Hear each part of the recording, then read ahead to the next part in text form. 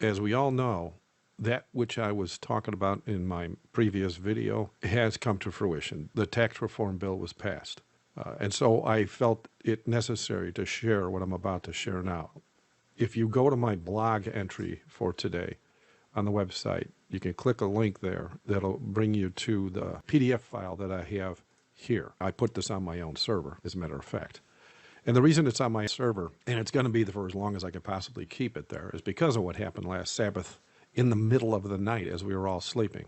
I think it was like 2 or 3 o'clock in the morning. They passed those laws. And so I downloaded the IRS 501c3 manual for a reason. Notice what it says here on page 4, because they haven't changed the manual yet. This is what it says on page 4 of the IRS instruction manual that all the pastors must read before signing on to this long prophesied 501c3. Now, I'm not going to read all of it, but I do think most should. But, I mean, the truth is, this is something all of us already knew about the pastors, right? We already knew that.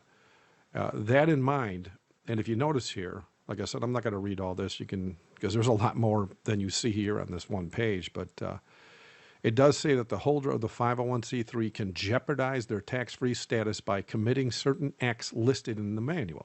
And to give you an idea, like on this page here, on page number 4, it does say that the pastors must not influence legislation or intervene in any political campaign whatsoever. And if you read on in the following pages, they go into pretty good detail as to how the pastors cannot say thing one about any political candidate or law, past, present, or future, to their congregation. Now, we know that all changed as of, well, not all of it, because they didn't change the entire 501c3, of course. Like we were saying before, that one video I made before the election, Trump cannot remove the 501c3. It's a prophecy that's going to hold firm until the eastern sky splits. But he can rewrite it, and that's what he's done here. And so why is this all a problem, where they can't speak politically in the past? Well, besides the fact it removed free speech from the pulpit, we all know how evil politicians have become in the last few generations, wherein they passed all sorts of laws, allowing very sinful things to be normalized in society that the pastors themselves could have stopped. And that is the main reason Lyndon Johnson set up the 501c3 in the first place. He hated the way the moral compass of the churches prevented him and his cohorts from passing laws that would destroy our Christian society. And so the 501c3 was written to prevent the pastors from saying anything to the church families about the sinful plans of the government. This is why society is such a mess today.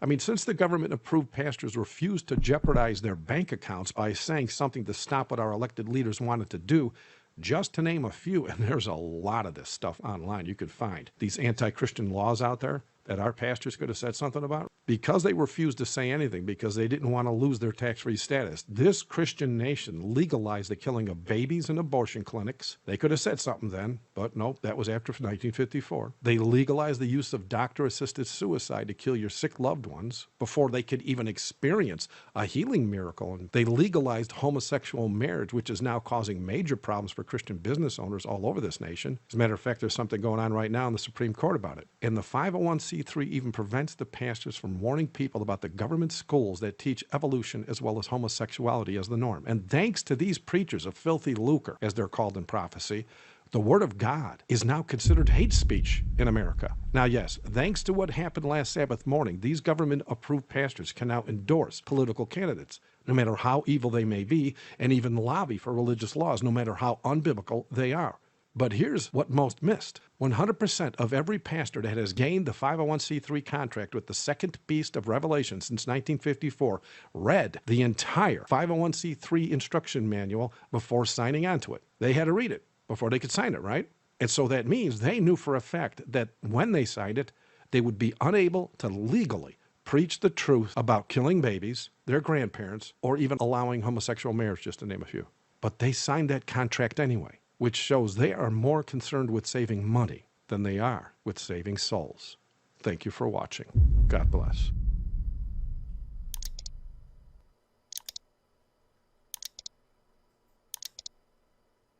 Hi, Daniel Sweet here from God's Word First Christian Ministry. You know, I was just thinking about something that I wanted to share with you. You guys know what separation of church and state is? That is where the government has decided that church needs to be separate from the state. And, you know, like it or not, I think just on a legal basis, it's probably pretty good. But here's the really weird thing. Did you know that a nonprofit organization, such as a church that has a nonprofit status, is actually owned by the state? Think about that for a second. Read the fine paperwork in a 501c3 corporation, like what you get from the government. You just research it online.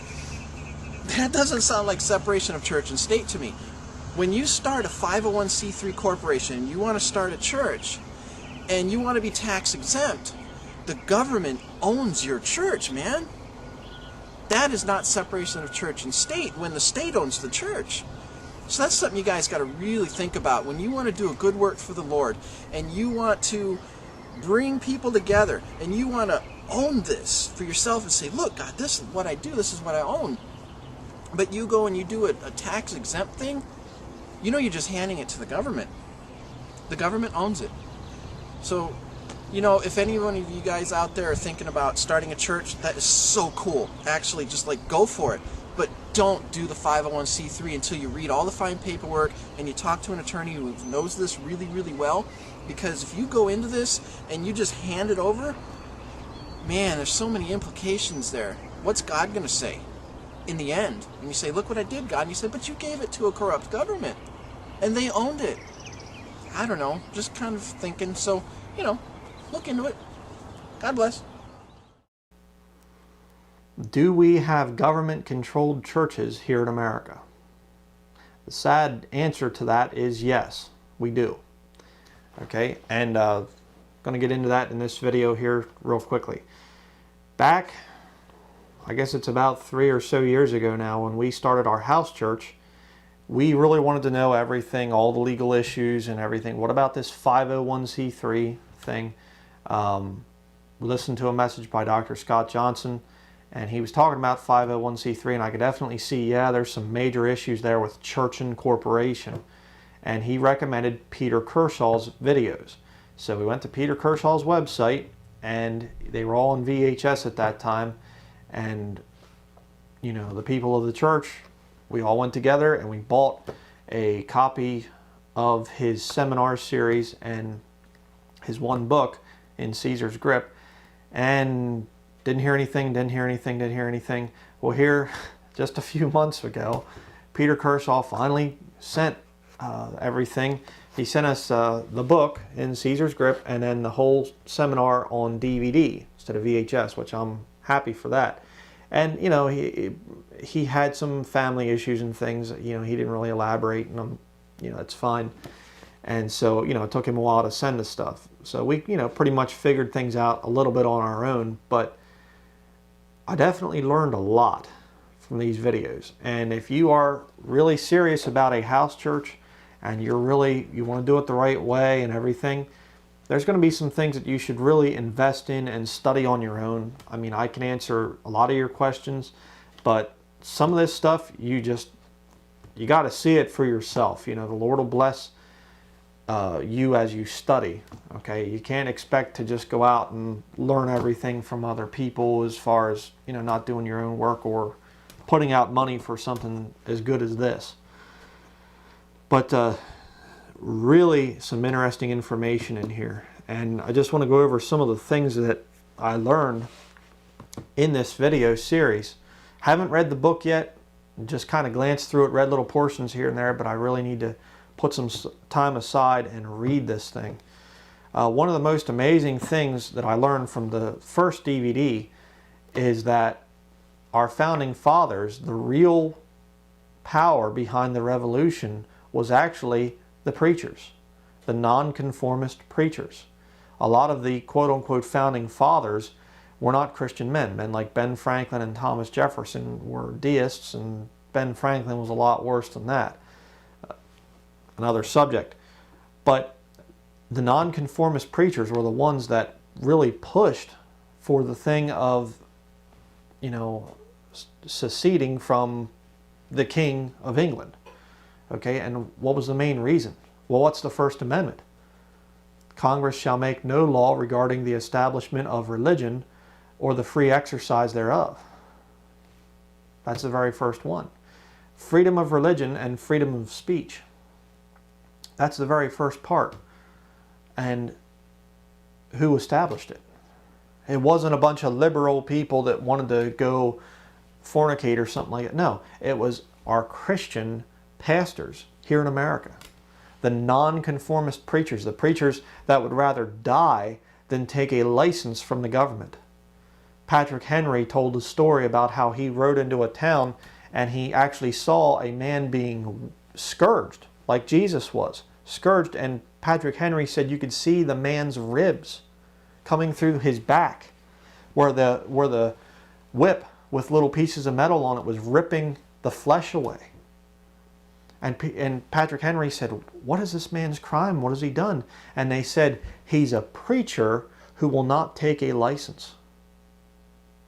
Now, how many preachers would do that today here in America? They willingly, and I don't blame the preachers so much as I blame the lawyers. You know, these Christian lawyers that go out there and tell these preachers to go out and get incorporated under the headship of the government and become 501c3 tax-exempt corporations when they already have tax exemption. You don't have to go to the government and beg, you know, can we please preach? Can you give us a license? Can you give us your permission? It's just very, very messed up, very far away from not only what our founding fathers stood for, but also from what the Bible teaches. I mean, please show me some scripture where the Lord said, go ye into all nations and, you know, preach the gospel to every creature, but first go down to the local Roman magistrate and get a license. Show it to me. It's not in there. And you say, well, you know, it's not a big deal and everything. Well, the government doesn't always enforce the laws of 501c3, but the fact of the matter is, and this is in my house church video, you lose your First Amendment rights when you incorporate with the government. You do. You're not allowed to speak against the politicians, and you are not allowed to do anything to influence legislation. You lose your First Amendment right. And there are all these preachers, you know, they get controversial and they'll cut on Obama or say something bad about Obama, and the police come in and say, you do that again, we're going to take you to jail. And the pastors righteously stand up and say, you have no right. I have freedom of religion. No, you don't. If you signed up as a 501c3, you don't have freedom of religion anymore. You don't have freedom of speech. You are a creature of the state. I'm not making that up. A incorporated church is a creature of the state. Let me show you some of the other dangers. You say, well, we need to be able to write off our giving on our taxes, you know, so we can get money back. Oh, is that what really giving to the Lord means? Lord, I'm going to give you this, my tithes and offerings, but I'm going to write it off of my taxes so I can get money back.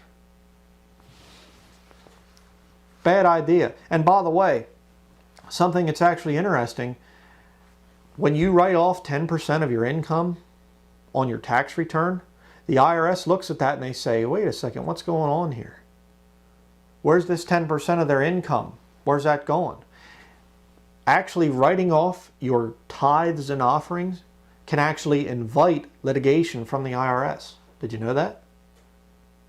And I know of numerous couples that give generously, you know, they give a lot of money to ministries and they write it off on their taxes and they've been audited. Something to think about there. Okay, and you know, really it comes down to a matter of obedience to the Word of God or convenience.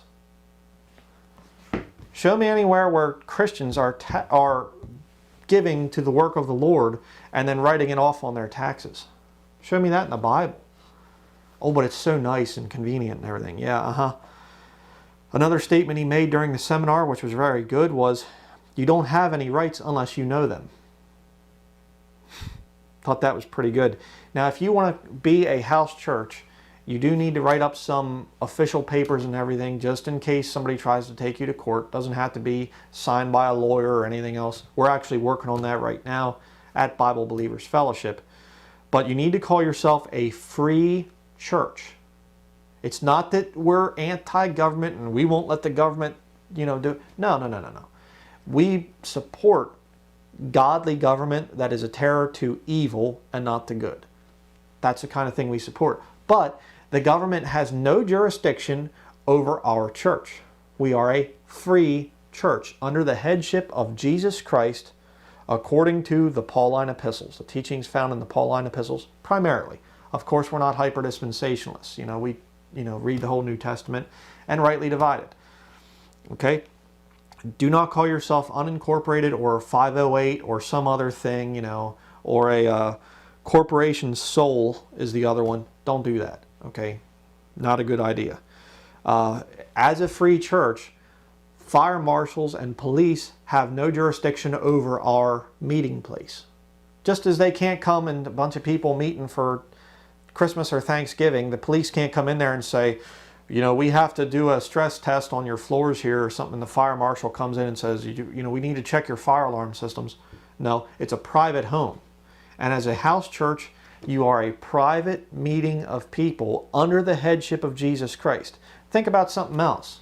If you're part of an incorporated thing or you're considering starting a church and thinking about going with incorporation, let me ask you something to you pastors out there. Who called you to preach? God or the government? You say, well, God called me to preach. Then why are you going to the government for permission? Something to think about. Let's see. You should never call your meetings public, by the way. We believe in being in one accord. We want to talk to people before they can come and be part of our house church. It was done that way for many, many, many centuries. Okay, even here in America, the churches, that had church buildings and things, they wouldn't just accept anybody in as a member. But now all of a sudden we have lost and saved people meeting together and everybody's welcome. Come as you are. Bad idea. Very bad idea. Another thing, when you become an incorporation, one of the things that you get is you'll have to, because you're public now, you're a public entity, a creature of the state, you're going to have insurance. Why? Well, because you're a corporation. People can sue corporations. But as a free church, they can't just come in and say, we're going to sue the free church, because the free church is not recognized by the government. It's not a creature of the state. But now, if you have a big insurance policy, and I used to go to a church, didn't have that many people, but it was a big property, back in the glory days, and now they have just a few people going there. But that pastor had over $1 million of insurance on himself in case he gave bad advice or something. Over $1 million insurance policy? Now, what does that do?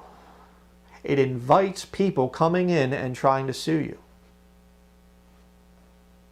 Yeah.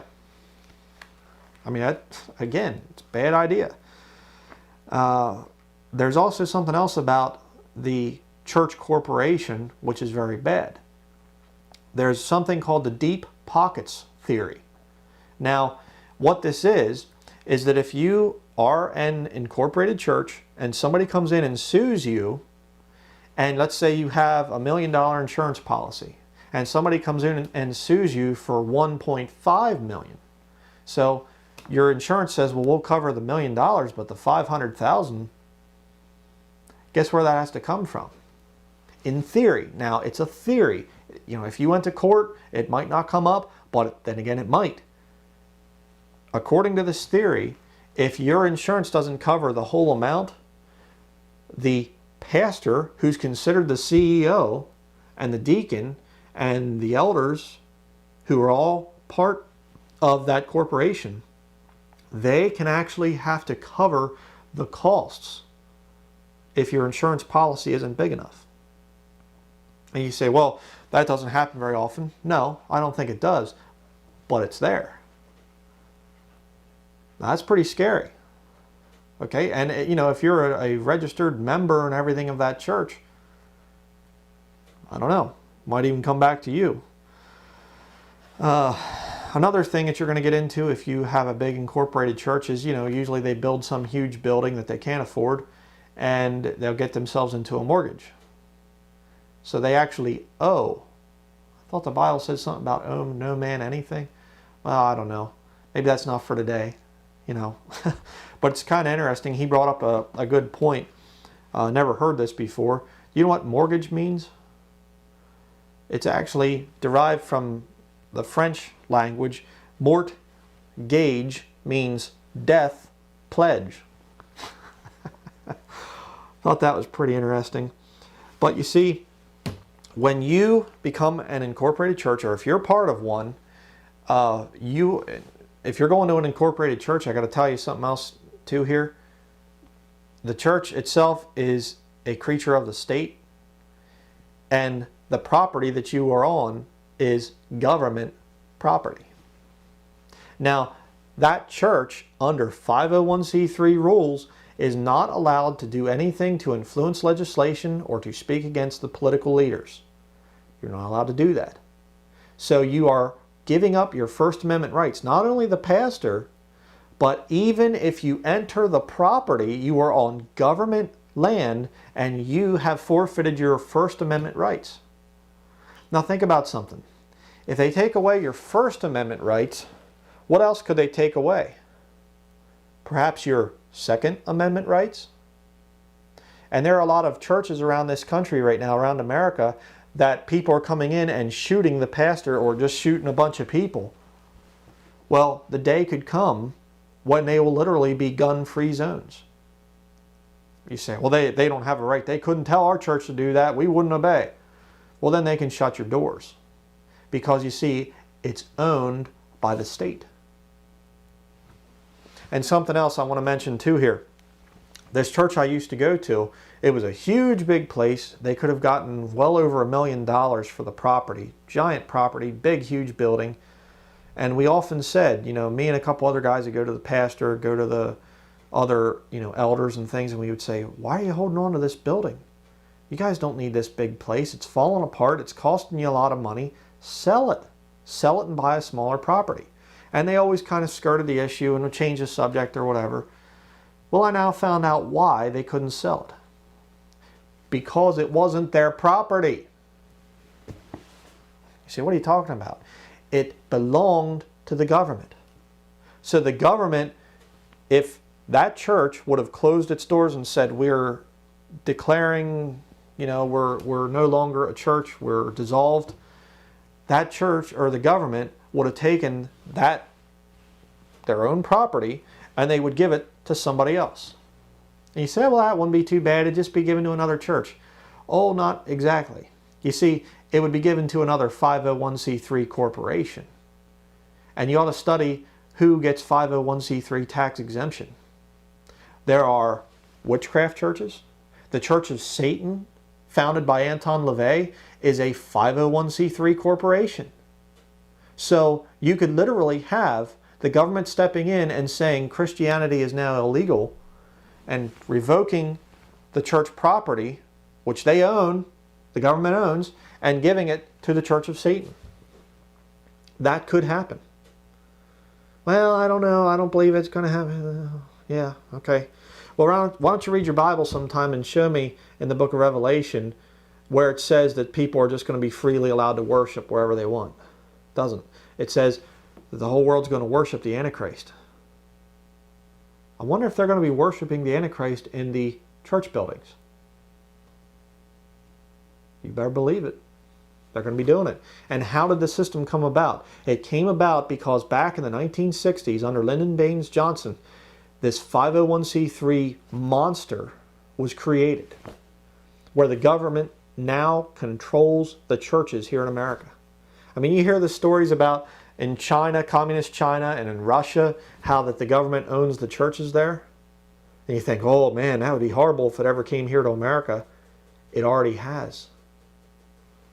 And I was raised in churches, you know, and I always heard this thing about, you know, well, you know, election time would come up. Well, I can't tell you who to vote for, and I can't really say anything. And I was raised thinking, well, there's probably some kind of a thing in the Bible that says that you're not allowed to talk about the politicians or warn the people. I didn't know. And as I got older, I started to study the Bible, and I realized this isn't about the Bible. This is about 501c3. This is about the fact that the churches in America are government corporations. And you know, you can get into the whole thing too of FEMA working with the pastors and actually the pastors going out and informing on their own flock. It's bad. And let me say one other thing in closing. You say, well, Brian, you just haven't proved your case. I don't think it's really that bad of a thing for a church to seek official recognition under the government, 501c3. Not a big deal. We've been doing it for so long. Okay, well, let me say this. Let's say I'm driving through the city one day, and I look and I see a prostitute on the street corner. And I go over and I, start to flirt with her or something like that, and I say, hey, I'd like to marry you. And she says, oh, sure, that'd be great. And I marry a prostitute. So now I'm married to a lost woman. I am unequally yoked together with an unbeliever. And she doesn't want anything to do with Jesus Christ, doesn't want anything to do with church, and she's going to go right on earning money as a prostitute. And I pray and I say, God, please bless my marriage. Is God going to answer that prayer? He can't. God can't bless a marriage that is contrary to the Word of God. And I'm going to tell you right now, God can't bless a church that is yoked up to the prostitute that is now our government. To this wicked, vile bunch of people, and I can say it because I'm a free church pastor, this wicked bunch of politicians that is wrecking this country. God's not going to bless a church that's yoked up to that. God might use it. I'm not saying that there aren't churches out there that are 501c3, that there aren't souls getting saved and they aren't doing some things for the Lord, but it's not going to go on forever. And there have been case after case after case where these churches step out of line and the government comes in and says, you're not going to do that anymore. And the church protests, and that you have no right and everything to, we're being persecuted for righteousness' sake. And they go to court and the church loses. And you know why they lose? Because they're owned by the government. So I believe you're going to see house churches becoming more and more popular. And you better make sure you do the house church the right way, by the way. Watch out for some of these charismatic nuts out there. They have some really wacky ideas about house churches.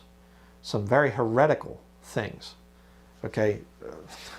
So, but I do believe that there's going to be as time progresses here, there's going to be more and more, it's going to be more and more obvious that you can't be part of these incorporated churches. They're government owned. You are on government property when you go there. You want to learn more about this thing? And I'm not getting any money for this. Don't get excited. I'm just recommending. That's what I do here. Okay, I recommend good products to people out there. It took me years and years and years to sort through all the mess out there. And so I want to make it easier for people. You want to see some good information, some things that will really help you to learn, help you to grow. I highly recommend these videos. Can't say a whole lot about the book. I think it's going to be excellent too, but I haven't read it, so I can't really speak much on it.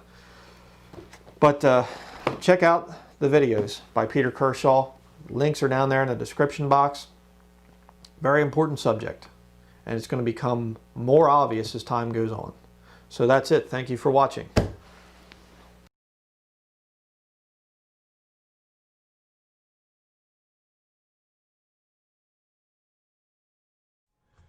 In Revelation 13:15 we read, And he had power to give life unto the image of the beast, that the image of the beast should both speak and cause, that as many as would not worship the image of the beast should be killed.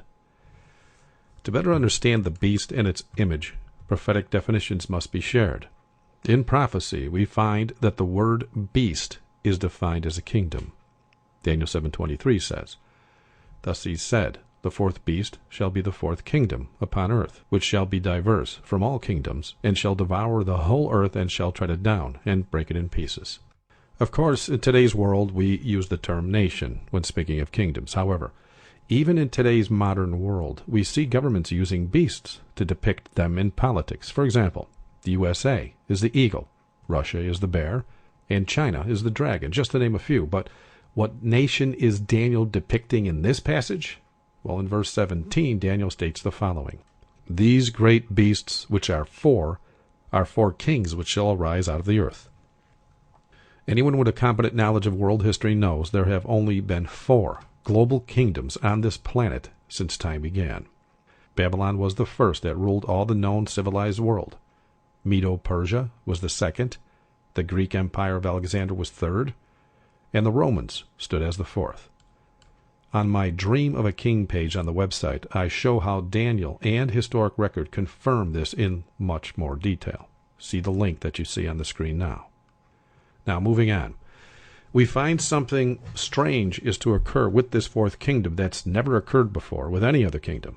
As we saw in Daniel 7:23, he says this nation will be diverse or different from any other nation. Well, how is it different? Well, Revelation 17:3 says, I saw a woman sit upon a scarlet-colored beast. Since we know a beast is a nation, what does this woman that is riding this beast, or this final kingdom in Revelation 17 speaking of? Well, Jeremiah 6:2 says, I have likened the daughter of Zion to a comely and delicate woman. In other words, in prophecy, a woman is a church. Now, even a babe in Christ knows that Jesus often portrayed his church as his bride all throughout Scripture. However, if you need to see the passages in question that define the woman and the beast in a lot more detail, please visit the URLs you see on the screen right now. Now, since the prophecy of Daniel 7:17 states that there will only be 4 global kingdoms, we are to look for a nation today that is a woman on a beast or a church and state corporation. As educated students of prophecy, we know this can only be defined by the Roman Catholic Vatican. Basic reality is, the Vatican is officially recognized as the sovereign nation of Vatican City by all nations in the world today. We also know by the daily activities of this nation in the mainstream media that it is also depicted and recognized as a church by all the nations of the world.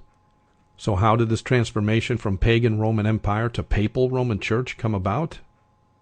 Revelation 13:4 gives us a clue. It says, and they worshipped the dragon, which gave power unto the beast. And they worshipped the beast, saying, who was like unto the beast, and was able to make war with him. So who was the dragon in prophecy? According to Revelation 12, verse 9, the dragon is Satan.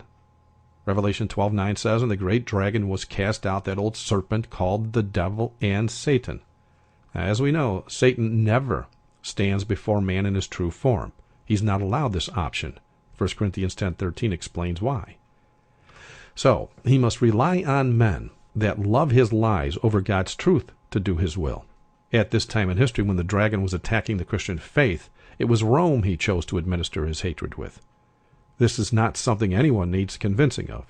It is an open fact of historic record that Romans killed Christians, but does the Vatican acknowledge it has been given the keys as a global kingdom from pagan Rome, so as to solidify this prophecy stating that it's still that 4th global kingdom that was there in pagan Rome days? Well, Pope Pius IX, in his Discourse on page 253 said, the Caesar, who now addresses you, and to whom alone are obedience and fidelity due. It is also found in historic record that the Catholic Church will not descend into the tomb. It will survive the empire. At length, a second empire will arise, and of this empire the Pope will be the master. More than this, he will be the master of Europe. He will dictate his orders to kings who will obey him. For a more in-depth look at all the other symbols mentioned here in Revelation 17:3, see the Antichrist video link that you see on the screen before you. And if you want even more information, see the second link on the screen. Okay, assuming for the moment that you're either a student of prophecy or you have checked out all the videos and the websites that I posted regarding all this, you then realize what prophecy says about who the beast is and who the woman riding on the beast is. To further clarify, the beast is a nation, which in this case is Vatican City, and the woman is a church, which in this case is a Roman Catholic Church. The simple truth here is that there is no other nation on earth that has merged with a church that did in fact come to power 1,474 years ago, which, by the way, will have a political influence on all nations in the end of days. Only the Roman Catholic Vatican can make this claim today.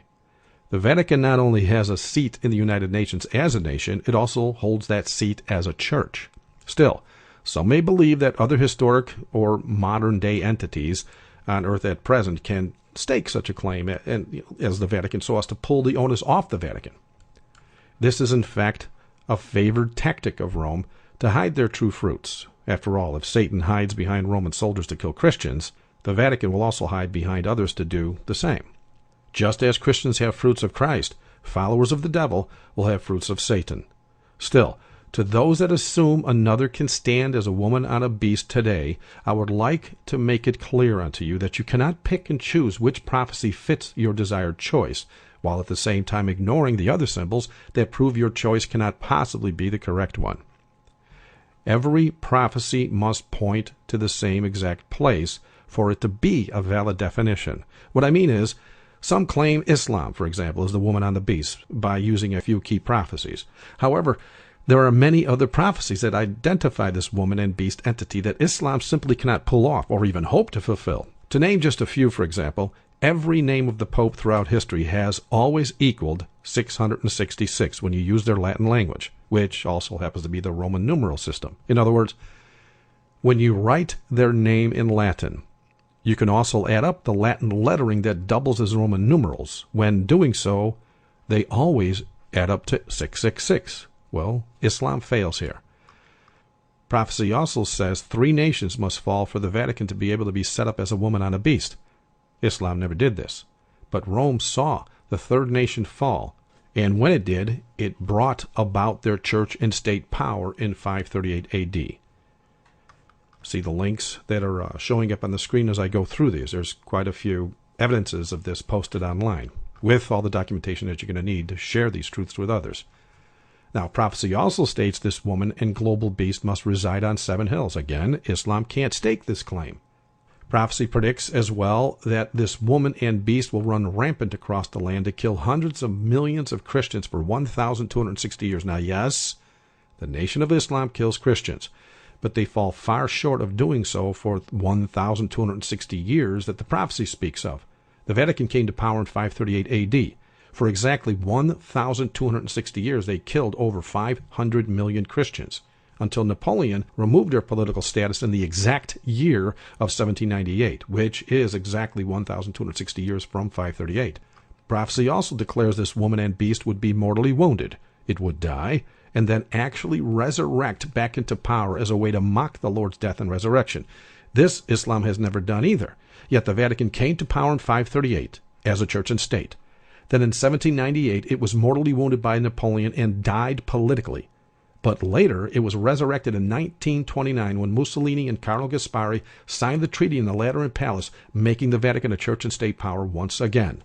Now, prophecy also states that the man placed at the head of this church and state conglomerate that prophecy depicts as a woman riding on a beast will demand to be called a god on earth in numerous well-documented statements for all the world to see. Muhammad never demanded such a thing. Prophecy also states that this woman on the beast will embrace paganism in a major way. Islam fails here as well. And just to name one more, out of literally hundreds of prophecy Islam cannot fulfill, the prophet Daniel predicted that this woman on a beast entity would try to change the seventh-day Bible Sabbath and cause all of the world to follow its lead. Not only have the popes of Rome admitted to this act in writing many times, every Christian church on earth, including the Jews and the Seventh-day Adventist Church, have embraced Sunday as the Sabbath recently. All churches, except, of course, the Lord's remnant people, are involved in pushing forth Sunday laws right now, just as the prophecy also predicted. So, truth is, not only has Islam never done any of this, they, like everyone else, will be forced to do as Rome demands when it comes to the global Sunday laws headed our way very soon. It's no mistake Yasser Arafat bowed in worship before the Pope on camera just before he died. That political act will assure all Muslims will keep Sunday as Sabbath, just as every other church will do, except, of course, God's remnant people. Now, I just shared a smattering of prophetic facts that effectively define the Roman Catholic Vatican as indeed the prophesied beast. It is also the church and state conglomerate, just as anyone with a competent knowledge of national politics can tell you. Now, if you would like to have all the documentation to the claims I just made, as well as an in-depth list regarding prophetic fulfillments concerning all of this, see the link that you have on the screen right now. Now that we know who the beast in Revelation 17:3 is, what is prophecy talking about when it speaks about the image of the beast, and why does it even mention such a thing as being something Christians need to concern themselves with? Well, in Revelation 13, verses 14 and 15, we learn about another beast, one that comes out of the earth that has 2 horns around the time the Vatican falls to Napoleon. The Roman Church fell politically in 1798, as we just learned, and the United States of America came into being in 1776. Now, for the sake of time, I'm not going to go into defining all of this in detail. However, if you are unaware of this prophetic fact and would like the details confirmed, please see the link you have on the screen right now. Okay, so in Revelation 13, verses 14 and 15, we read that the United States is prophesied to make an image to the beast, which had the wound by a sword and did live. And he had power to give life unto the image of the beast, that the image of the beast should both speak and cause, that as many as would not worship the image of the beast should be killed. Now, since the Vatican is a church as well as a sovereign state according to modern-day governmental law, it not only has the authority to influence political law as it pertains to all citizens that are residents of certain member nations of the United Nations, Vatican City is also the official voice for the church in all the United Nations meetings. They literally have church and state power right now on a global level in every meeting done at the United Nations assemblies, just like they did in 538 AD. So, how does America cause this image to come to be, and how does it give it life so that the image can both speak and cause, as verse 15 suggests? Well, in 1954, Senator Lyndon Baines Johnson introduced Section 501c3 to the modern tax code that caused all churches to be added to the list of organizations that could benefit from tax-exempt status. Now, yes, the church pastors already enjoyed tax-exempt status when it came to their income thanks to the Constitution, but Satan knew that the love of money would move the pastors to bow to this golden carrot the government was now dangling. I mean, after all, prophecy predicted the pastors would eventually become preachers of filthy lucre anyway. What Johnson did with the 501c3 was to make it possible to have tax-exempt status for churches so as to purchase items for the church. For example, before the 501c3, a pastor had to pay sales tax on buying a building, a car, or anything else for ministerial duties. Only his income was tax-exempt. But with the new 501c3 code of Senator Johnson, the pastor could now enjoy tax-exempt status here as well. Only problem was, the pastor also had to agree never to make political statements from his pulpit under the new tax-exempt arrangement. You see, Johnson didn't like the way the pastors were able to manipulate the vote so easily at each election. He, like any other politician, knew that most church members trusted their pastors. They also knew if a pastor or a collection of pastors disliked a particular candidate for public office, they could simply speak of their dislike during a sermon a few days before the polls opened, and that candidate would not be in office the following week. Being blinded by the money to be had, most pastors instinctively agreed to the 501c3 restrictions, so they naturally signed on to it. Then, as expected, the government simply waited a few decades to make sure every greedy pastor in the nation was signed on to the 501c3 before dropping the other shoe. Just like any new laws with such radical restrictions, they allow the law to idle on until enough citizens embrace it.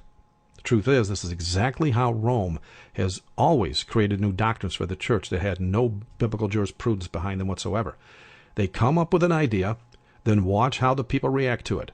If it is embraced by the people, they make it canon law, and the rest is history. In fact, a Vatican cardinal just admitted to this just 4 days ago when he was put to the task as to why certain Vatican II changes were still confusing to Catholics after 50 years. No, they're not so much confused as they are resistant to such radical changes. But as we know, choosing one's words carefully when speaking publicly has become an art for Vatican prelates. So anyway, the article is titled Confusion After Vatican II Matches Pattern of Church History. And this is what he says in the article. He says, church history shows that it is common for decades to pass before the faithful fully adjust to the teachings of a council.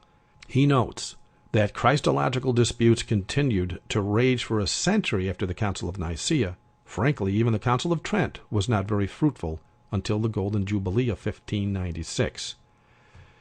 Rome knows radical changes outside the written word of God have always caused problems for them, so they learned to let the changes fester in the background for a few decades, or even centuries in some cases, until the decadence of mankind sank low enough to embrace it as an acceptable doctrine. That being said, this is also why certain laws that go against the Constitution are allowed to simmer on, like the 501c3, which was never officially enforced until March of 2006. even though it was signed, sealed, and delivered 52 years earlier in 1954. And yes, this is also why Sunday laws that were implemented in 1961 by Roman Catholic President John F. Kennedy have yet to be enforced. Like Rome, Washington, D.C. is merely waiting for the perfect time to enforce that which has already passed. The Vatican-controlled Senate knows how to best bring about the control they seek just as much as their teacher in Rome does now. In fact, Rome has taken D.C. just as prophecy predicted they would. See my March of 2006 Truth Provided newsletter. The link's on the screen right now. Of course, those of us that study and teach prophecy knew better than to sign on to the 501c3 when we were called to do this work for the Lord. Besides the fact we preach for the souls and not for the cash that they have on hand, we also knew that by signing such a document as this, we would not be able to expose the beast in Rome. Now, I've seen this happen all too often, and especially in the SDA Church, where most pastors did expose the Vatican beast for years. As word got out and the day to enforce came nearer, the IRS simply approached those pastors one by one and let them know they needed to stop, or else. If they refused, they would have their 501c3 tax-exempt status revoked, and everything they purchased over the years would be subject to excise taxes and penalties as well. Of course, they opted to go with the money rather than the Lord, and did as the IRS commanded. Amazing, isn't it? 2,000 years ago, when the apostles were told by the governing leaders to stop preaching the gospel truth, we see that Acts 5:29 says, Peter and the other apostles answered and said, "We ought to obey God rather than men." Well, look around, and you will see that today the overwhelming majority of preachers did as the governing leaders demanded of them, and ignored what God commanded instead. These weak leaders are what Jesus described as hirelings in John chapter 10. They are more concerned with self than the flock that they are called to shepherd. So the question remains, how does the USA give life unto the image of the beast? Well, on March 7th, 2006, the Bush administration put into law a brand new executive order number 13397 that removes the separation of church and state. With the stroke of that pen, Bush nullified the biblical direction of Jesus Christ in Luke chapter 20, verses 22 to 26 regarding the separation of church and state. That act alone was prophetic in nature. Just as students of prophecy expected, it forced all churches holding a 501c3 tax ID number to officially become government agencies on that day. Strangely enough, this came almost exactly 1 year after Pope John Paul II demanded the following. Headline: Church and state can cooperate, says Pope. John Paul II believes that the church and state can and must collaborate in their service to the person and the common good, with relations of autonomy and difference. Now, this is something Rome has been working towards for eons. In fact, John Paul II was very active in his agenda towards removing this biblical form of government from society all along. Within 3 years of becoming pope, it says in Time magazine that John Paul was criticized by liberal and moderate politicians and newspapers for transgressing the boundary between church and state. Now, John Paul II performed many other political acts during his pontificate that guaranteed his attack on the church would hold firm once Bush signed that law into existence, but I won't be going into that here. Most of my main website was dedicated to exposing this man for years. Almost every newsletter was based on something he did that would affect every soul on earth after he died. So I won't go into that here, as it would take quite a while to cover just a fraction of it all. But if you want this information, please visit the links you see on the screen right now. Now, yes, I understand there are still some 501c3 preachers out there preaching the Pope as Antichrist without so much as a slap on the wrist. However, if you notice, the ones that used to preach it for decades suddenly stopped. You know, some like Jack Van Impe actually apologized on the air for calling the Pope Antichrist. Then suddenly new preachers no one heard of before came forward and started to preach the Pope as Antichrist. And now, if you read the wording of the law, you will find that they are actually doing so illegally. That being said, this leaves only 3 possible options as to why they are allowed to continue. Number 1, the IRS has yet to approach them. Number 2, they reside in a country without 501c3 tax-free status. Or, number 3, they are actually working directly with the Vatican as well as the government to further confuse the masses. The reason they stop 501c3 preachers from exposing the Pope, even though the preachers see no wrong in doing so because he is a leader of an evil church organization, the IRS proclaims that they have to stop anyway because the Pope is also the head of a state. The 501c3 prohibits political speech on all church pulpits under the new 501c3 tax code, but As is obvious, all the churches signing on don't understand, let alone teach prophecy anyway, so, as expected, they simply didn't see any danger here. They only saw dollar signs. Still, how does this have anything to do with the image of the beast? Now, what I'm about to share may shock some of you and even upset you, especially if you are presently a member of a church that has 501c3 status. In order to receive the 501c3 status from the United States government, you must first join your church with the state of origin in which it sits. In other words, you must incorporate your church. Once you do this, you are literally a church and state power, just like the woman riding on the beast in Rome is. Or as prophecy declares it, your church is now an image to that beast. And here's the clincher that most people fail to see right off in all of this. On March 7th, 2006, George W. Bush gave life onto the image of this beast by granting all 501c3 churches the power to actually lobby law. He even declared the churches are to be considered official government agencies in a televised national announcement that day. Now, IRS.gov clearly outlines the legal options as to how churches can lobby law on their website. You can get more information about this by visiting the URL you see on the screen now. And yes, as expected, the IRS website is a very confusing website and not very easy to surf. But there are many websites that do outline in easy-to-understand layman terms as to how the 501c3 organizations can, in fact, lobby law. One such site is the Center for Association Leadership. Their URL is on the screen right now. Now, once again, Revelation 13:15 says, "And he," speaking of the USA, of course, "had power to give life unto the image of the beast, that the image of the beast should both speak and cause, that as many as would not worship the beast should be killed." Seeing how this is a nation that is being discussed here in Revelation 13, verses 14 and 15, how, I ask, does a nation speak? They legislate. And how does a nation cause that which they speak to come into fruition? Once legislation is passed, they cause it to be enforced by passing the bill that is brought to the Senate floor. As we speak, and just as prophecy predicted, all 501c3 churches across America right now stand as a church and state power and do, in fact, have the power to pass laws based on both political as well as religious causes, just as the beast in Rome has done since 538 AD. And just as prophecy predicted, it is the United States government that has given this power to the churches in America. Thank you for watching. God bless.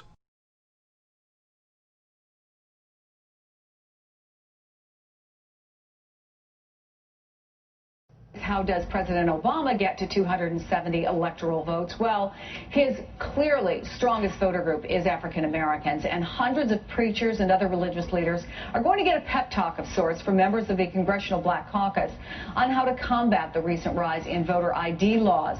I'm joined now by the chairman of the Congressional Black Caucus, Congressman Emanuel Cleaver, Democrat from Missouri, who is also an ordained minister. Congressman, it's good to see you. Good morning. Good to be with you. So you've got this big summit tomorrow. Essentially, what is your message to several hundred clergy members, I understand, who will be there? Yes, we'll have representatives from 9 denominations who actually pastor somewhere in the neighborhood of about 10 million people. And we're going to, first of all, equip them with the information they need to know about what they can say and what they cannot say in the church that would violate their 501c3 status with the IRS. In fact, we're going to have the IRS administrator there. We're going to have the Attorney General, Eric Holder, there. We're going to have the lawyers organization from around the country, the ACLU, all giving ministers guidance on what they can and cannot do.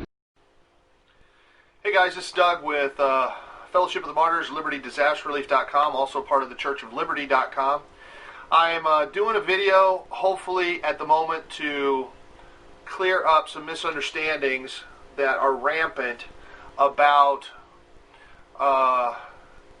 taxable status of different organizations and churches, and tax exempt versus non-taxable, 501c3 corporations, and so on.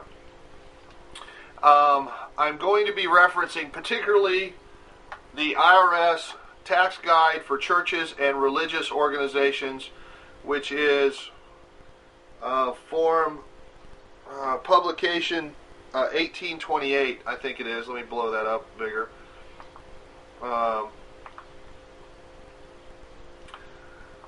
Yeah, publication 1828, revised 09-2006, catalog number 21096G is the publication number. It's widely available online.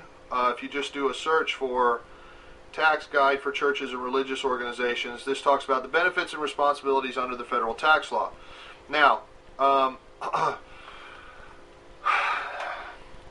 other accusatory videos, one of them is that we are giving tax receipts without being a 501c3 organization and therefore are somehow breaking the law. That is not the case. There are also a sister who I dearly love did a video the other day talking about how all 501c3s are from the devil, and any church that is a 501c3 has made the state their head and has incorporated themselves with the state, and if you are a 501c3 designated church, you're evil. Now, that was a real short summary of what she actually said, and there are others out there with similar arguments. Now, if somebody asks, is the Church of Liberty or Liberty Disaster Relief set up as a 501c3? I say yes, because IRS Section 501c3 is the section of the IRS code that deals with churches and charitable organizations. Every church automatically falls under IRS Section 501c3. Now, the difference is you can be an unregistered church and you're automatically non-taxable, and I'm going to show you where the IRS code says that, or you can be a corporation that incorporates with the state as a business, with the Secretary of State as your head, basically, with the permission of the state, and requests special permission to be considered a 501c3 non-taxable, tax-exempt organization. Okay, and there's a big difference between a special tax exemption that's given to you and a non-taxable status that you're automatically qualified for by virtue of saying I'm a church and meeting certain criteria of that. Now, on page 23 of this document, it defines church and IRS, a minister, IRS Section 501c3. And this is what it says, IRS Section 501c3. IRS Section 501c3 describes charitable organizations, including churches and religious organizations, which qualify for exemption from federal income tax and generally are eligible to receive tax-deductible contributions. This section provides that an organization must be organized and operated exclusively for religious or other charitable purposes. Net earnings may not inure to the benefit of any private individual or shareholder. No substantial part of its activity may be attempting to influence legislation. The organization may not intervene in political campaigns, and the organization's purposes and activities may not be illegal or violate fundamental public policy. These requirements are set forth in greater detail throughout this publication. Okay, let me be clear. 501c3 is not a state of being. It is a section of the IRS code that deals with churches and charitable organizations. I met with one of the most accomplished, most respected, most well-written, most speaks at conferences, published nonprofit lawyers in the country who happens to be based here in Kansas City. And I said, we don't want to be a 501c3. He said, you are a 501c3. I said, no, we're not. We don't want to be. He said, you are. Every church is. That is the section of the IRS code that deals with churches. It's not a matter of you are or you aren't. That is the category of the IRS code under which all churches fall. If you want to be a corporation that has liability protection for its board and directors, that can protect its assets, that is essentially creating a separate person, a separate entity, and request special permission to be considered a church, then you go through the process, you pay your money, and the government gives you special permission to be considered a 501c3. Churches don't have to do that. there's no requirement to do that. A church is non-taxable constitutionally speaking. The IRS, okay, now let me get to the part where it says that in the page here.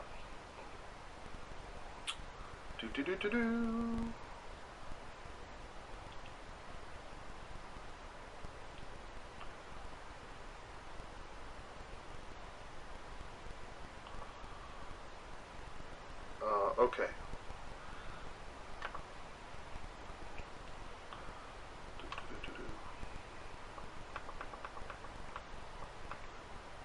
Okay, this is on page 3 of this document. Recognition of tax-exempt status.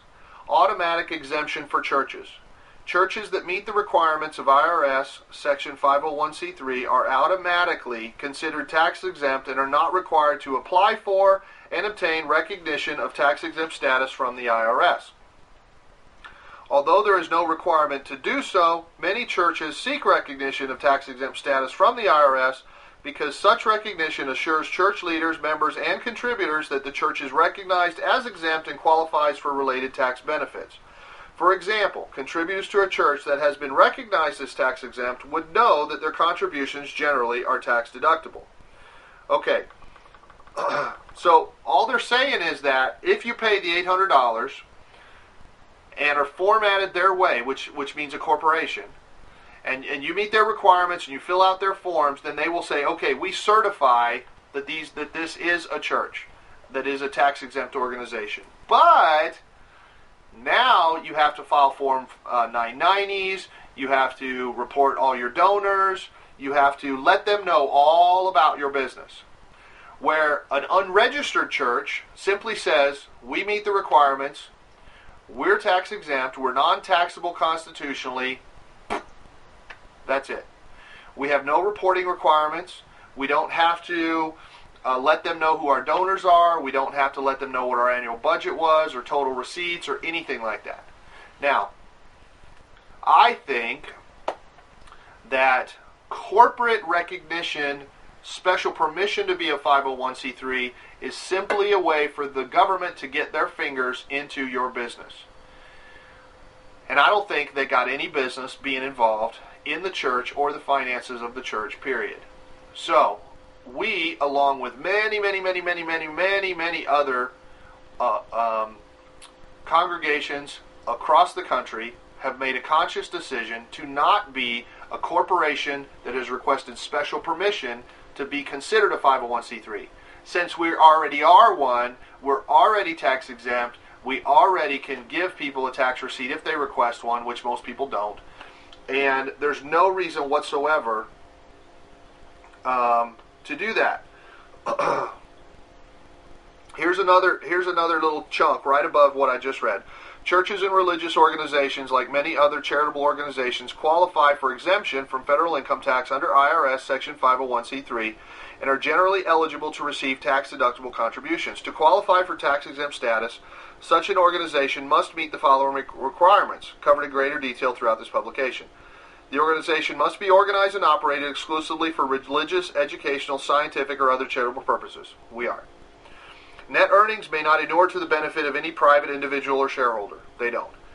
No substantial part of its activity may be attempting to influence legislation. We don't.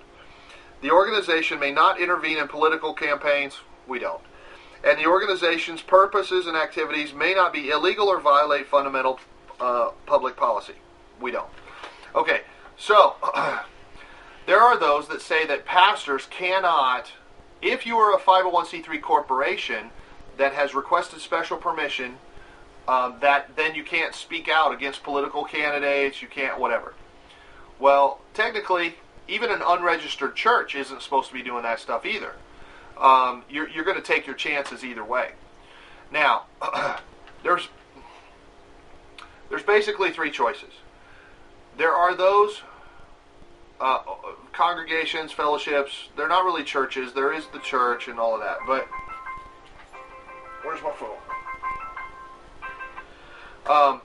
There are those that become a corporation for liability protection, have a board of directors, and become a registered, approved 501c3 organization, tax-exempt status given to what is essentially a business looks like a business, smells like a business, acts like a business, but has requested permission to be considered a charitable organization.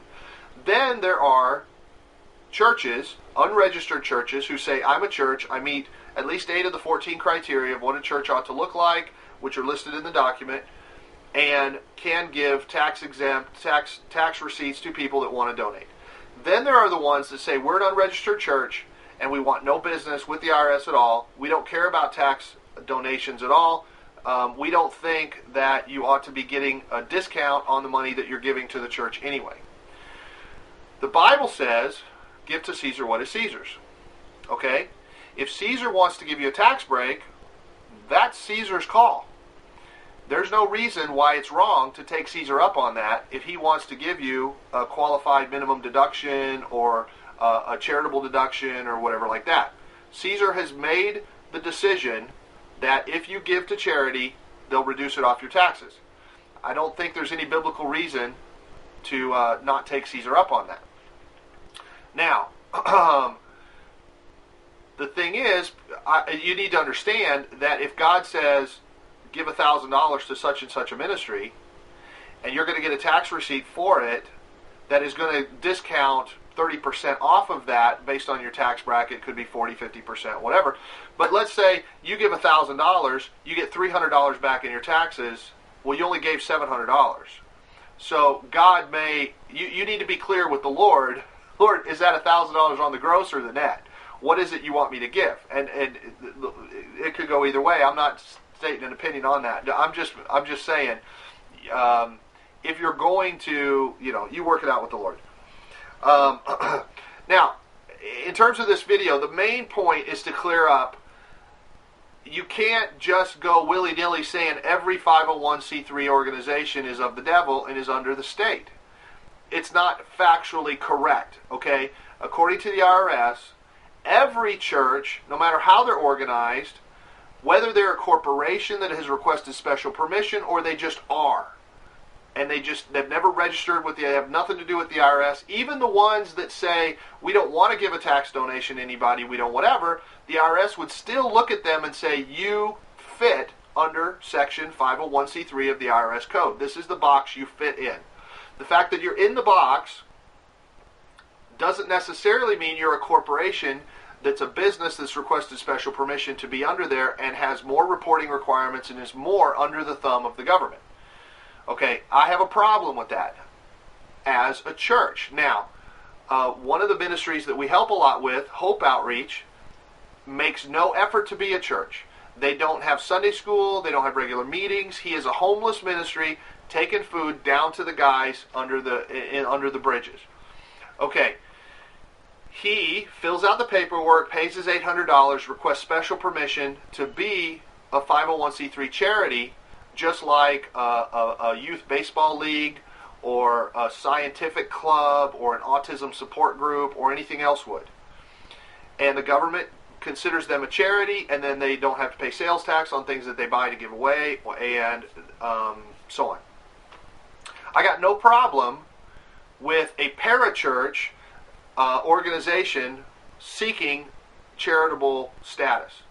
I still think it's problematic because of all the reporting and how much the government's going to be in your business, but that's different than a church, than a congregation, which I don't believe should give its headship to the state. Now, I don't think you have to have a charitable status to go give peanut butter and jelly sandwiches to the guys under the bridges. Just go do it. Make some up at home, have your friends pitch in, and go make some peanut butter and jelly sandwiches. That Brian's ministry, peanut butter and jelly is the name of the ministry he wants to start. Get an old hotel or old retirement home donated to him and invite people to come be part of peanut butter and jelly time. And anyway,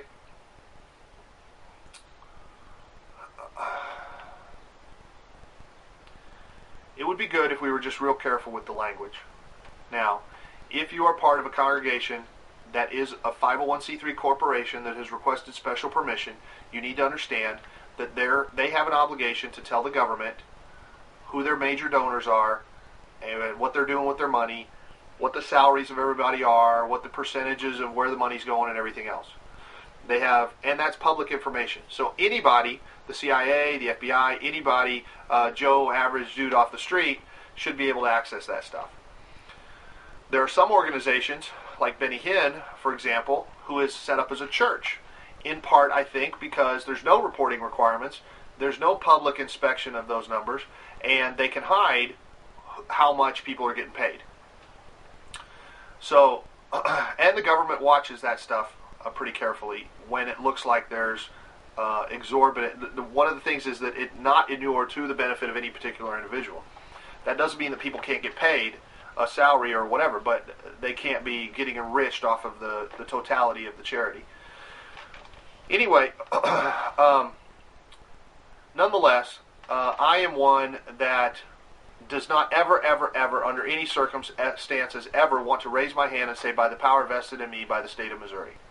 I am not an agent of the state. I do not want to be an agent of the state. I refuse to be used as a clerk or a recorder or whatever else of the state for their contracts or to report to them what God's church is doing in any way if I can avoid it.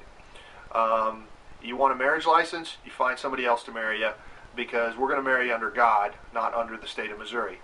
I don't think the state of Missouri or the state of California or whoever has the authority to decide what is and what isn't holy matrimony. They can decide a civil union, they can decide who gets to be in the hospital room or who gets to pull the plug on you when you're dying or whatever, but I don't think they get a say in what is and what isn't holy matrimony under God. I don't think any of the founding fathers were married with a marriage license. They were married at home or in the church, and it was written in the family Bible, and that was good enough, and is still good enough in almost every state in the union. So that's a different topic. You can watch my videos about what's wrong with marriage licenses and who are you really married to, and the three-way contract with the state that you join yourself into when you do that. I think the same is true with 501c3 corporations that request special permission to be charitable organizations that are essentially a business, structured like a business, act like a business, under the Secretary of State, which is in charge of business in your state. I think there's a lot of problems with that. And I would far, far rather that congregations all over, especially city churches, just say, we're a church, leave us alone, don't bother me, and that's that. And the IRS says we have the right to do that. That they tax that constitutionally a church is non-taxable, period. It's not a special permission.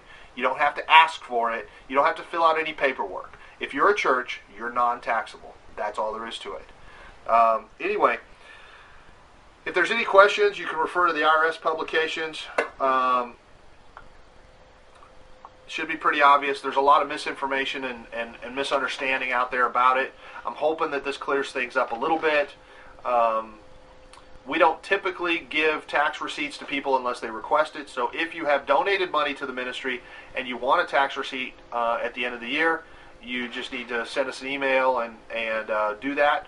But you don't really need anything from us anyway. You've got your return checks, you've got your PayPal statement or whatever else, and that's sufficient to do that. A lot of times, like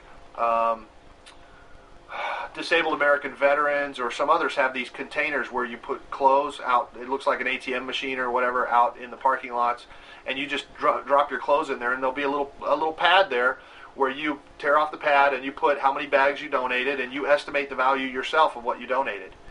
They're not in the estimating business. When somebody gives us a refrigerator, I give them a thing saying they donated a refrigerator, and they guess what the value is to them, and the IRS doesn't like it. That's on them. The IRS can work it out with them. The only time where it would ever arise is if somebody got audited and the IRS said, we don't think these donations are legit because we don't think the Church of Liberty is a real church. And then they would come and look, and we would show them what we're doing, that we meet all the criteria, and then say, okay, yeah, you're a church, it's fine, and pass it through. But where we might have that extra hurdle that somebody that had been a corporation that had got special permission wouldn't have that hurdle, although that special permission could be revoked at any time if the government decides that they're doing something they don't like. Where we have a constitutional right to being non-taxable regardless. So Anyway, all of this, none of this matters once the Antichrist takes over and they start persecuting Christians and stuff. Anyway, the last thing you're going to have to worry about is how many tax deductions you have. So I'm not encouraging people to even think in these terms, but since it's an accusation that's been brought, and I want to clarify and straighten whatever out we can, and also inform people about what it means to be a 501c3. It is simply a section of the IRS code. And you need to be specific about the problem that you have. Are they a corporation that is a business that has requested to be a church, or are they a church? That's the difference. And how much does this one have the government's fingers up in its business? So that's all for now. Thanks for listening. Lots more at fellowshipofthemartyrs.com, libertydisasterrelief.com, and stay tuned for a complete revision of the Church of Liberty, the churchofliberty.com website coming soon. Thanks. Bye. What is the truth about 501c3s? Because what you're going to see is that there is so much more to this, and that there's so much more that they are hiding from you. Keep the secrets. But what you're about to find out is that 501c3s are very, very deceptive, and your churches are in on the scheme if they are 501c3 approved. Don't know what I'm talking about? Stay tuned so you can see the truth about 501c3s. For many decades now, many of your pastors and your high pastors like your Creflo Got Your Dollars and your TD Snakes, they have been in on one of the biggest schemes of all time. And you're going to find out what this scheme is. And you're going to see that 501c3s plays a role in all of this. Because what if I told you that 501c3s limits your pastor from telling you certain things? What if I told you that 501c3s is just a way for your church to be under the sanctions of the government? What if I told you that 501c3s kept your church married to the government rather than married to the Messiah himself? And what if I told you that 501c3s play right into the hand of the Illuminati? What if I told you all these things? Would you believe it or would you not? Stay tuned for more. Now, before we move on, let's just first go over what a 501c3 actually is, and then I'll tell you the bigger agenda behind them. Now, I'm here at 501c3.org, and it says the basics, but it says Section 501c3 is the portion of the U.S. Internal Revenue Code that allows for federal tax exemption of non-for-profit organizations, specifically those that are considered public charities, private foundations, or private operating foundations. It is regulated and administered by the U.S. Department of Treasury through the Internal Revenue Service, or our favorite, the IRS. There are other 501c organizations indicated by category such as 501c1-501c28. This discussion will focus primarily on 501c3. By the way, the Internal Revenue Service is unconstitutional. We have no right to be paying taxes. In fact, the Founding Fathers, for some of us at least, their plan and goal was a system dedicated to gold and silver, only to find out that they would be under taxes all over again, slavery all over again. Has anything really changed? It's not looking like it, but let's keep going. It says qualifying entities. Entities that can seek 501c3 determination from the IRS include corporations, trusts, community chests, LLCs, and unincorporated associations. The overwhelming majority of 501c3 organizations are nonprofit corporations. That includes churches, and that's what we're going to be focusing today, is churches specifically, because there's a bigger deception behind all this. Now it says provisions unique to the 501c3. It says one of the most distinct provisions unique to it as compared with other tax-exempt entities is the tax deductibility of donations. 26 U.S.C. Section 170 provides a deduction for federal income tax purposes for some donors who make charitable contributions to most types of 501c3 organizations, and other unique provisions tend to vary by state. And some of the types, one of which we went over with, is churches, not-for-profit companies, public charities, private foundations, and private operating foundations as well.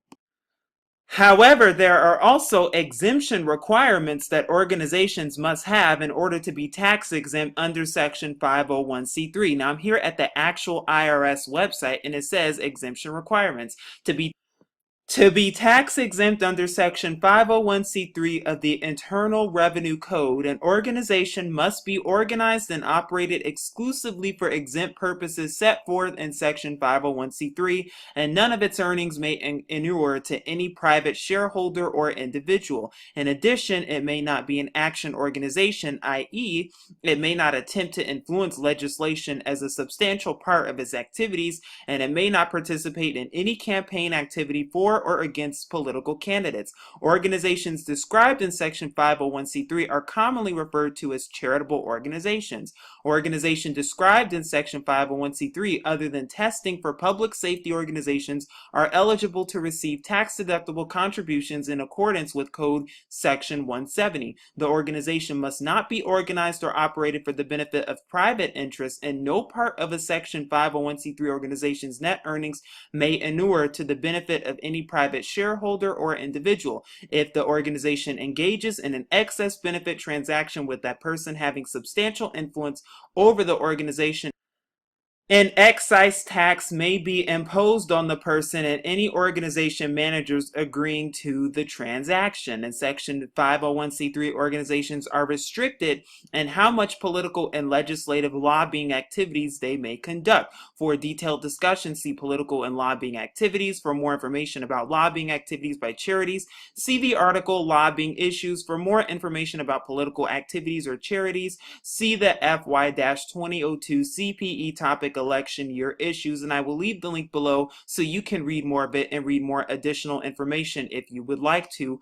on your own. Now, you may be wondering, what does this have to do with your church? If your church is funded by a 501c3 or run under a 501c3, you're about to see in just a second. Now that you understand what a 501c3 is and which organizations are qualified and eligible for 501c3s, we're now going to take a look at the deception behind the 501c3s, specifically with churches. Now it says, and I'm here, it says, in order to be considered for tax exempt status by the IRS, an organization must fill out and submit IRS Form 1023 and 1024. However, note what the IRS says regarding churches and church ministries in Publication 557. Some organizations are not required to file Form 1023. These include churches, interchurch organizations of local units of a church, conventions or associations of churches, or integrated auxiliaries of a church, such as a men's or women's organization, religious schools, mission societies, or youth groups. These organizations are exempt automatically if they meet the requirements of Section 501c3, and we just went over some of those requirements earlier. However, when a church accepts the 501c3 status, that church, whether it knows it or not, waives its freedom of speech, waives its freedom of religion, waives its right to influence legislators and the legislation they craft, waives its constitutionally guaranteed rights. It's no longer free to speak to the vital issues of the day. It's controlled with fear. If it doesn't follow IRS guidelines, it will lose its tax exempt status. I'll repeat that. Did you hear that? It's controlled with fear. If it doesn't follow the IRS guidelines, it will lose its tax exempt status. And like I just said earlier, the IRS is unconstitutional to begin with. But it also becomes a state church. One need not look far to see that the church's acceptance of the 501c3 and its significant restrictions has had devastating consequences not only to the church but to the entire nation as a whole. How? Because it goes on to say that churches are automatically tax exempt. According to IRS Code 508C1A, special rules with respect to Section 501c3 organizations. A, new organizations must notify Secretary that they are applying for recognition of Section 501c3 status. Exceptions, mandatory exceptions, subsections A and B shall not apply to churches, their integrated auxiliaries, and conventions or associations of churches. This is referred to as the mandatory exception rule. Thus, we see from the IRS's own publication in the tax code that it is completely unnecessary for any church to apply for tax exempt status. In the IRS own words, a church is automatically tax exempt. But it goes on to say, Colossians 1:18, and that's talking about the Messiah, Yahusha, is the head of the body, the church or the assembly, who is the beginning, the firstborn of the dead, that in all things he may have the preeminence. And the precept to this is John or Yahukanan 11:25, where it says, Yahusha, the restored Hebrew name for our Messiah, said unto her, I am the resurrection and the life. He that believeth in me, though he were dead, yet shall he live. So we see that Yahusha HaMashiach is also the head of the church, which is the body. He is also head of the body, the church. And he is the beginning, the firstborn from the dead. We again see that Yahusha HaMashiach is the head of the church. That is what we see. Head of the assembly, head of the congregation, correctly translated. So then where is the 501c3 coming from? Who is responsible for that? Now, I'm not going to read all of this for the sake of time, but I will leave the link below so that you can read it on your own time. But it says that churches were only added to Section 501c3 of the tax code back in 1954. House Resolution 235 was designed, or should I say designed, to revise the IRS code to remove restrictions placed on churches and nonprofit organizations in 1954 by then Senator Lyndon B. Johnson, who would eventually become president. Prior to 1954, churches and nonprofit organizations had no restrictions on their freedom of speech or their right to speak out in favor or against political issues or candidates. And then it goes on to talk about the history of it. And if you're interested in the history of how this came to be, then you can read it on your own time. But I just want to add to that and say that what does this have to do? It has a lot to do with it, because not only does it break the Constitution that we're no longer under, that we've never been under to begin with, but not only does it do that, but it also what? It puts the government in control of the church and your pimpin' pastor, who can only tell you certain things and say certain things, because under a 501c3 they can only say things that the government allows them to say. What happened to freedom of speech is the question. I'll tell you what, there is no freedom of speech when you're under a 501c3, when a church is under a 501c3, and the pastor knows that. But do they want you to know that is the question. What are some of the things that they can and cannot say? We're going to go over that in a second. And if you still don't believe me, you will after this. So what are the results when a church incorporates and surrenders itself to the jurisdiction of the state? What happens when the church becomes under the headship of the government and not the Messiah himself? And when the church is funded by the government and not the Messiah himself? I'll tell you what happens. Well, first of all, the church is no longer considered a real institution, but it goes through a transformation and becomes a fictitious or state-created person or institution. The church comes under the jurisdiction of the state and therefore surrenders its headship to the state, because it must listen to what the state tells it, it must listen to what the government tells it, and so on. Then it says the church's chief officers become official representatives of the state by virtue of their corporate charter. Then the church must open its books and all practices to the investigation of the state. Did you hear that? Investigation of the state. Sounds like surveillance to me. And if you don't think that they're doing that, if you don't think that 501c3 pastors and all these mega churches are submitting all of your information and your tithing to the government, and by the way, tithing has nothing to do with money and everything to do with food, and I'm going to prove that in a second, well then you would be mistaken. But it goes on to say this would include church membership rolls, Christian school record, regulations on all functions of the church and any of its ministries, church financial records, including all tithing records, which I just talked about, name, addresses, and amounts. So when you fill out that little tithing card, they submit all of that to the state. They submit it to your government to track track who is going where and how much you're giving to your pimp and pastor. I'm telling you, they're just there to pimp you out. But it goes on to say ministers in churches and courts of law are considered wards of the state by virtue of their charter, including all church members, adults, and children. The Transformation of the Church from Reality to Fiction by Kenneth Talbot, PhD. Now, this is the important part. 501c3 Christian churches, ministries, and organizations may not do the following. So if they are under a 501c3, there are certain limitations that they can and cannot do. There are certain things they can and cannot say, and we're going to go over them. But it goes on to say in this quote right here by Congressman Emanuel Cleaver, we are going to first of all equip them with the information they need to know about what they can say and what they cannot say in the church that would violate their 501c3 status with the IRS. Sounds like an agenda to me. Now, here are some of the things that Christian churches, ministries, and organizations cannot do when they are funded by a 501c3. And I challenge you, if you know of any church or organization or Christian ministry that is under a 501c3, I highly challenge you to go to that pastor, or that pimpin' pastor, I should say, and ask them about any of these things that I'm going to talk about right now and see the response you're going to get, because they're not allowed to talk about these things. Keep the secrets, especially about tithing. But let's keep going. So what they may not: 1, expose conspiracies. 2, they cannot criticize the New World Order. They cannot say or publish anything negative about any politician, Republican or Democrat. They cannot criticize government agencies and bureaus such as the IRS, FBI, BATF, CIA, EPA, DEA, OSHA, DOJ, etc., and other alphabet soups. They cannot criticize an institution of government such as the White House, Congress, the Federal Reserve Board, even though this is a private corporation, or even the Supreme Court. They cannot encourage citizens to call or write their congressman, senator, governor, mayor, or other public official. They cannot criticize any proposed or pending bill or legislation that would take away the rights and freedoms of the people, such as the Patriot Act. They cannot make disparaging remarks about or criticize any other faith group, cult, or religion. They cannot expose or criticize the New Age movement.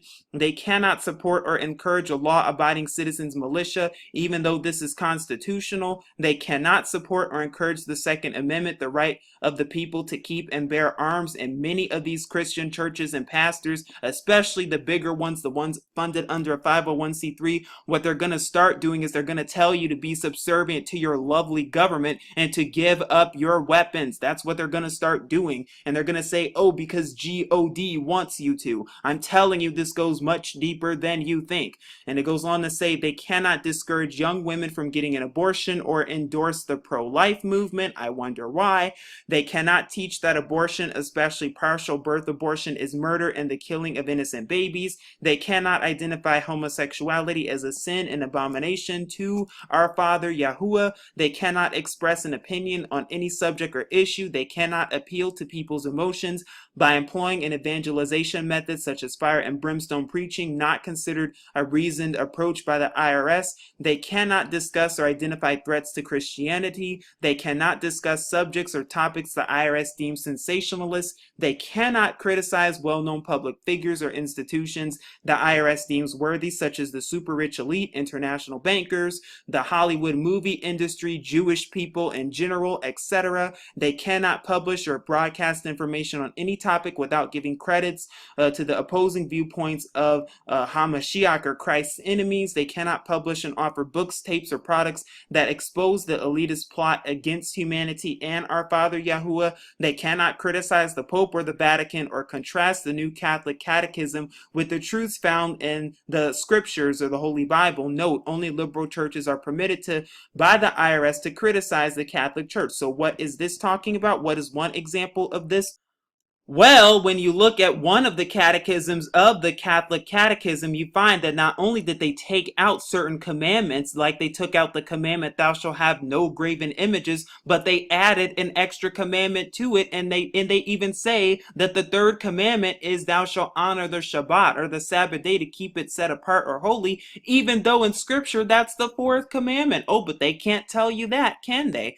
I wonder why, but it goes on to say they cannot criticize the United Nations or such groups as the Council on Foreign Relations, the Bilderbergers, and the Trilateral Commission. Oh, groups that I criticize all the time. Why can't they do that? Because they're the ones funding them, courtesy the Zionists and the elders of Zion. Just like they cannot criticize the Masonic Lodge, the Order of Skull and Bones, or other secret societies that your pastors may be involved in and you don't even know it, especially if you go to a mega church such as Creflo Got Your Dollar. But let's keep going. They cannot highlight or otherwise bring attention to immorality of public officials or corruption in government. They cannot complain of government wrongdoing or injustice, such as what happened at Waco, Ruby Bridge, and elsewhere. Basically what they're doing every single day, and how your government's getting ready for FEMA camps and the detention of Americans, and how your pastors and your pimping pastors are going to play along with that, because I've done a video on this exposing this, and how they're going to take scriptures such as Romans 13 out of context when stuff starts hitting the fan. Don't believe me? Oh, you'll be in for a rough ride. They also cannot criticize the Jewish ADL or other Jewish lobby groups, because if they do, then it's considered anti-Semitic, even though I've gone over what anti-Semitism really is, and I'm not going to today, but you all know what I'm talking about. It goes on to say that they cannot say anything positive about the religious right or the patriot movement. They cannot support homeschooling, home churches, or unregistered churches. They cannot spend money on missionary projects or charitable causes not approved by the IRS, aka the government, aka the Jewish cartel, the Zionists. They cannot promote or encourage alternative healthcare such as herbs or vitamins. They cannot expose false teachings of any kind by anyone. They cannot support or encourage persecuted Christians suffering under anti-Christian regimes in Red China, Cuba, Russia, Israel, Saudi Arabia, the United States, and elsewhere. They cannot ordain a pastor whose training or qualifications are not approved by the IRS.